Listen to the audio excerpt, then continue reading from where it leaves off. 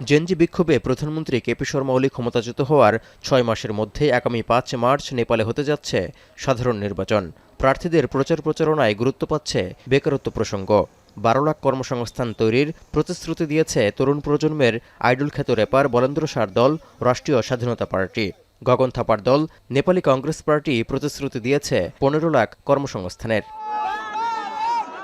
দেশ পরিচালনার দায়িত্ব পেলে আগামী ৫ বছরের মধ্যে বিদেশে পাড়ি জমানো কর্মীর সংখ্যাও অর্ধেক বা তারও নিচে নামিয়ে আনার আশ্বাস রাজনৈতিক দলগুলোর। তবে বাস্তবতা ভিন্ন। কর্মসংস্থান নিয়ে নির্বাচনী ইশতেহার দিয়েও বেকার তরুণদের মনে আসার আলো জাগাতে পারছে না রাজনৈতিক দলগুলো। ফলে নির্বাচনের সময়ও বিদেশে পাড়ি জমানো কর্মীর ভিড় বাড়ছে বিমানবন্দরগুলোতে। বেশিরভাগেরই গন্তব্য মধ্যপ্রাচ্য। त्यस्तै छ, बेरोजगारी छ, नजाने नगइ नहुने पनि हुने बाध्यता छ।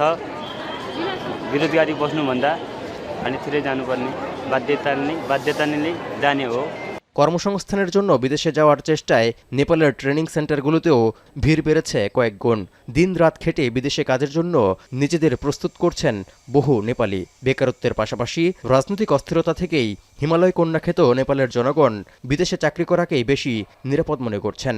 नेपालमा रोजगार राम्रो पाइँदैन, जस्तो पैसा पाइँदैन होइन, त्यसै कारणले अब जानु पर्यो यार छोराछोरी। मलाई त दुई तिनवटा कुरा लाग्छ। एउटा त राजनीतिक अस्थिरता पनि होला होइन। भोलि चाहिँ यहाँ चाहिँ के भन्छ जबको चाहिँ कुनै ग्यारेन्टी पनि छैन है। নেপালের ৩ কোটি জনগণের মধ্যে কমপক্ষে ৩০ লাখই বিদেশে কাজ করেন। শ্রমিক ইউনিয়নের দেয়া তথ্য বলছে এখনও চাকরির জন্য প্রতিদিন দেশ ছাড়ছেন প্রায় ১৫০০ নেপালি। তৌহিদুর রহমান, এখন বিশ্ব। Lily ultra soft serum gel, যা গভীর থেকে স্কিনে দেয় ৩ গুণ সিরাম হাইড্রেশন। সিরাম জেল হাইড্রেশনে ব্রাইট থাকো সব সিজনে।